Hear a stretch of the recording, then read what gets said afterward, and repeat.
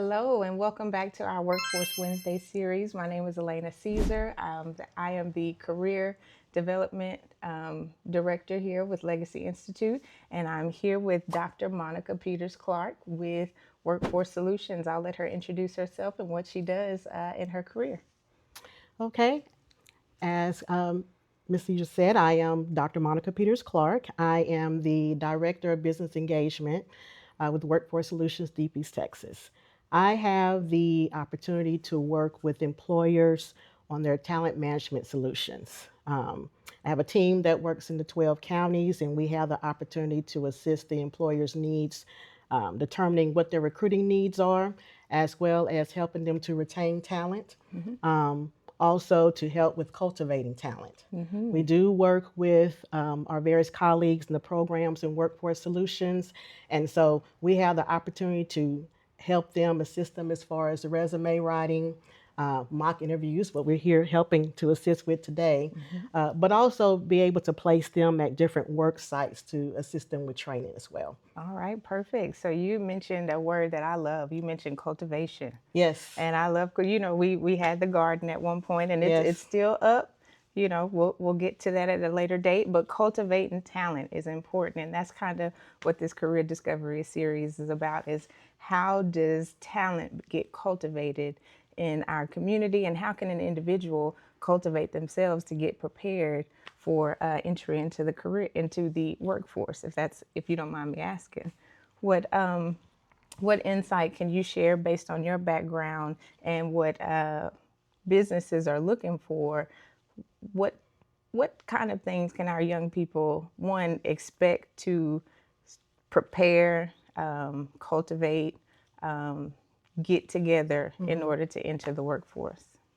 Well, I will say, and I guess I'll just kind of start with myself and kind of talk about some of my experiences and where I started. As in, I'm in workforce development now, but my initial focus was psychology. I have always been, at a younger age, someone that people gravitated to, that felt like they can come and talk to me and confide in me. And I think for me, a lot of that comes from uh, childhood trauma, honestly. I had an experience at 8 that I successfully hid from my parents for 10 years. And during that time, when I was working through all of that, and hiding all of that information, I think that is the aura, the energy that I gave off to people, that they could come and talk to me, because I myself was holding a secret as well, and didn't want people to know that. And so I was able to hold those things. Now, for me, working through that over the 10 years that I did, I wanted to be able to understand why it happened to me, but also wanted to be able to understand what goes on in a person's mind for them to harm a child. And so, with all of that said, I knew I wanted to go into psychology. I wanted to be able to understand that and that type of behavior and how I would be able to help others. So, one thing I would say, as far as students are concerned, while I always knew I wanted to go into psychology, I had a passion for it based on my experience. Sometimes a student is not going to know what they want to do Correct. at first. Sometimes they're going to identify things because it is their passion, but sometimes it may be a parent's decision that happened, or sometimes they won't know what they want to do at all, and really that is okay. Sometimes people or students will get frustrated because they get a lot of the questions about what do you want to do, what do you want to do, and they don't know what they want to do. But I say tap into the resources that are available so that they can start to begin to think about the things they want to do. What are they passionate about? And that will guide a person on what they plan to do. Absolutely. I will also say, most definitely, that a lot of times we don't know what people are going through and what students are going through. With what I was speaking about earlier, there was no one that knew anything was going on with me. Now, luckily for me, my parents kept me grounded, because there were many paths I could have taken based on what happened. Because my parents kept me grounded, and because of the person I am and working on all this on the inside, I knew what I wanted to do. but there are resources that are available to help students and wanting to make sure that they know what those resources are and not feeling like that because they have particular barriers, they cannot go on and do what they want to do. Absolutely, and I appreciate you for sharing. That's something Oh, that yes. a lot of experience does lead you to the direction that you want to go in your careers. And like you said, sometimes it's passion that points you that direction. It's Yes. parents that point you that direction. So figuring out what it is that's going to be your catalyst as a young person is important. Mm-hmm. And so that thank you for highlighting that. And one thing I'd like to share or ask you, Mm-hmm. what kind of things did your parents do to help you stay grounded so that you can continue pursuing your interest and these other things that have come across that you've come across in your career, whether it be education, extra training, what helped you be continue to be grounded? Let's see. Well, you know what? It was all so my parents never pushed and said you are going to go to college. It was just understood. Okay. It was understood. My father was very supportive and most definitely always had my back. And so, um, if there were certain things that I wanted to do, he was always going to make sure that it happened. But what he would try to tell me is that I need to find my voice. Anytime something that would happen, I'm like, I'm going to tell my daddy, and my daddy is going to take care of it. But he would try to talk me through things to help me find my voice, so that I can take up for myself and speak up for myself. My mother, what I definitely get from her is being independent. Um, she's very independent. I saw her work very hard. She's an entrepreneur. She has her own business now, and watching her from the beginning that she had a vision what she wanted to do. Um, I was kind of able to sit back and watch that and see that. So it was never that my parents said there was something that I had to do, but they were both very supportive, and I was able to sit back and watch them and knew what I wanted to do. Absolutely. So I think that's where some of the strength comes from as far as what I was dealing with on the inside. And I was trying to take that experience and make it something positive, which that was my passion for the psychology and wanting to help others. Perfect. So, do you mind me asking, how did you transition into workforce solutions? So it sounds like you had a catalyst that spurred you in the direction of wanting to help people, understand decision making. Right. You had great parents that, to me, Miss Maxine is a wonderful person, and she is a successful, in my opinion, a successful business woman that stays focused, stays driven, Yes. it's hard not to pick up from that. So having mentors and people that you can look Yes. to stay on your mission is important. But my question: how did we get to workforce solutions with this Well, background? it was a journey. It was a journey. So I'll start from the beginning because I was telling you about the psychology. I attended 3 universities. Okay. So my first university was Dillard University in New Orleans, an HBCU, and that experience empowered me so much. Um, I went there. I did major in under a bachelor's degree in psychology.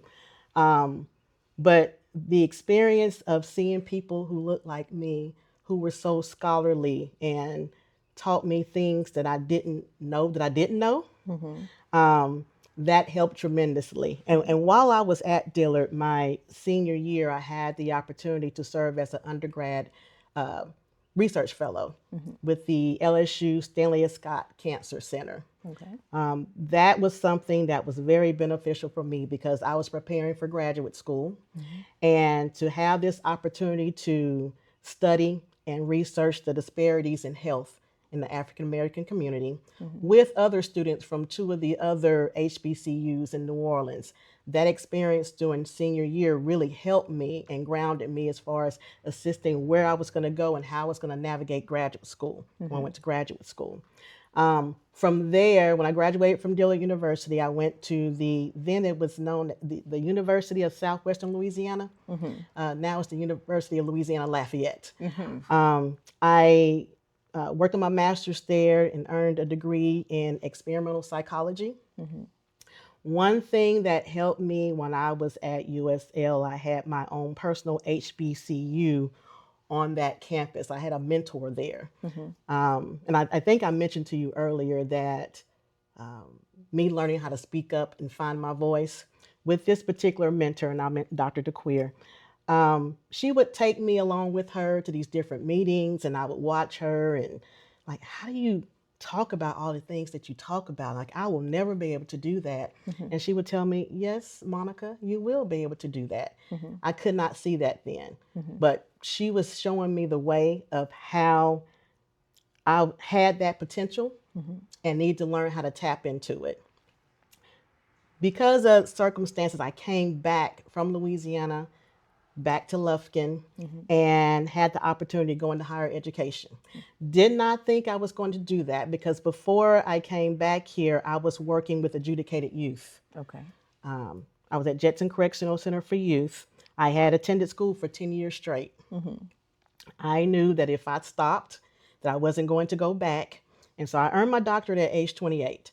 And I got the opportunity to work with adjudicated youth. There was a new residential substance abuse treatment program that was going to be on that particular campus. I was first hired as the screening psychologist and assistant director.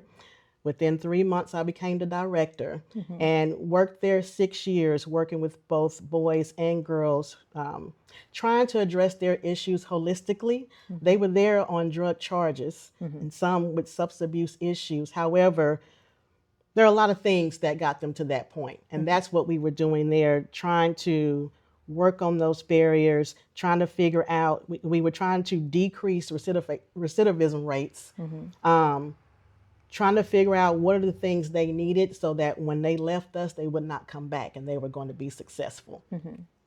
So I say that when I came back here and started working in education and I met Miss Hunt, Celestine Hunt, I was working with her at first. We were teaching study skills to incoming students, so the incoming freshmen. And I really liked the opportunity to do that because I missed working with my kids that I was working with in Louisiana.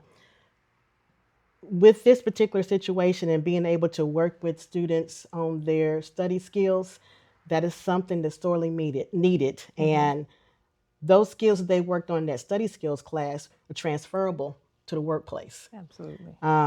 So I had the opportunity to work with her and also work with Dr. McKenzie, Dr. Patricia McKenzie. She pulled me into accreditation and strategic planning. Now, I'm mentioning all these things for a reason because, again, I mentioned to you that I was really into psychology.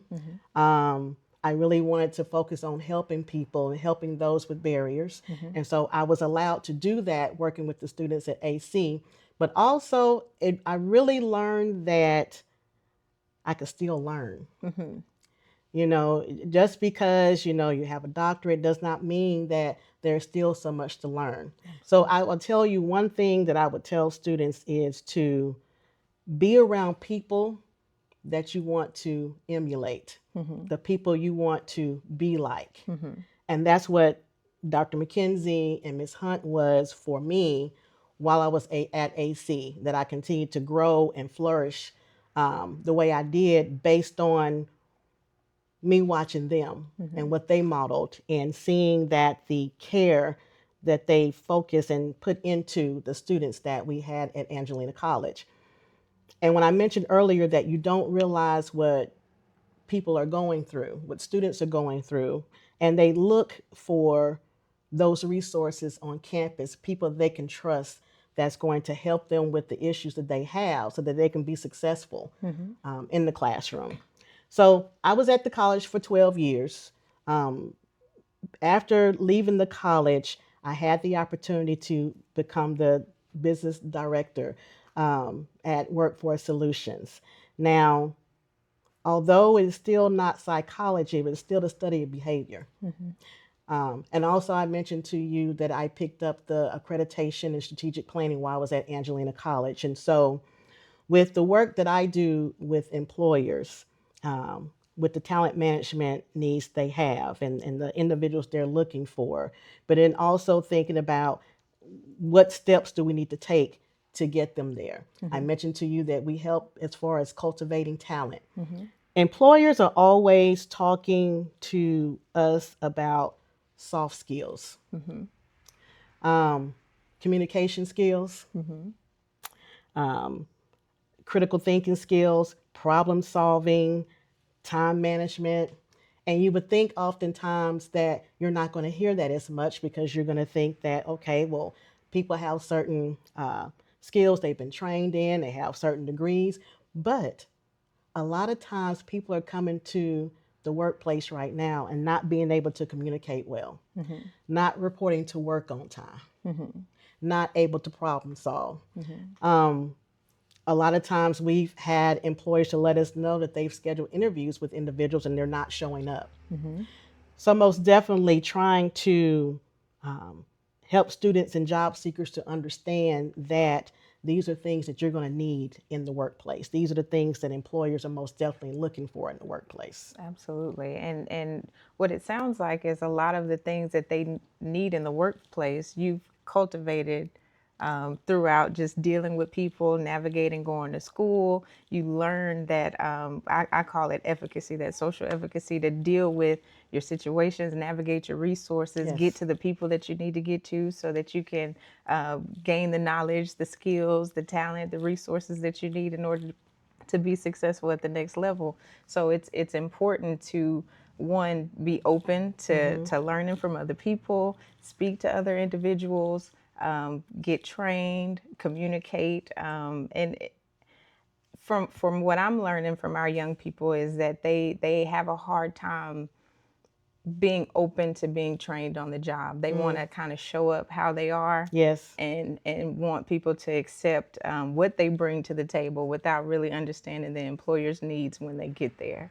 Is Yes. there anything that you can speak to as it pertains to that? What should our young people be going into the workplace with? What kind of mentality or behavioral adjustments should they be open to as they transition from student to employee, or whether it be from a college setting or just coming from high school trying to get into a career? They have to be willing to listen. They most definitely have to be able to listen and open to changes that are needed. I mentioned earlier about tapping to different resources that are available. If a person, a student, a job seeker is struggling in a particular area, they have to want to get the assistance and tap into the resources. But then once they're doing that, they have to listen to what's being said and then practice that. And it's often hard to do. It's often hard to do. I think that for someone who may be struggling in a particular area, and sometimes they need that breakthrough. I think it's for us as their mentors to help them with those breakthroughs. Um, I think a lot of times that people are the way they are and not wanting to try because these different barriers, and they're afraid people are going to tell them no. Um, and how do we help them as far as navigating that space that they are able to do anything they're wanting to do if we can tap into what are the things that you need assistance with? And if they're willing to listen and apply the advice that we're giving them, and then they take that into the workplace, um, it will help them navigate a lot better. We just run into a lot of people who feel like they already understand and know everything there is to know. And that oftentimes that in trying to tell them about how they are presenting themselves and what they need to do, sometimes they don't hit that brick wall until they hit the brick wall. And hopefully, with what I was mentioning earlier about having mentors and people, surrounding themselves with people that they want to model themselves behind or after, helps with some of that. Absolutely. Yeah. Absolutely. Well, I appreciate you sharing that, and that's wonderful insight. Young people, those that are interested in either going into education, starting a career, or just want to be upskilled, it's important that you go find someone that you want to emulate, someone you want to mentor or want to be mentored by. If there's some aspects of their character, aspects of their work behaviors that you would like to develop for yourself, go talk to someone, give them a call, send them an email, introduce yourself. That way, I believe we have a lot of people in the community that's open to wanting to be a mentor, open to answering questions Yes. and shedding some light on their career path. So I believe it would be wonderful for you to, if you can't reach Dr. Monica, find someone in the community. She named some wonderful people: Dr. Patricia McKenzie, Mrs. Celestine Hunt. These are some wonderful individuals that we have in our community and on our board. Thank you so much for being on our board. I didn't mention that in the introduction, but Dr. Monica has been on our board for some time. She's helped us with our strategic plan as an organization, and it's been wonderful having her on the team, and we've learned a lot. We've grown a lot, but it's important that we have a good board member to help us stay strategic in our planning and in our progress. So we thank you for that. And if you have any questions, we ask that you please drop them in the comment section. We would love to answer your questions. And if you have a mentor in mind that you want to reach out to or want some assistance on, okay, how do I get my email set up to send out to this mentor, just reach out to us and we would love to help you. Thank you so much for coming and being with us. And thank you again for being a board member with Legacy Institute. My pleasure. Yes, ma'am. Have a good one. Come back for another series or another episode of Workforce Wednesday.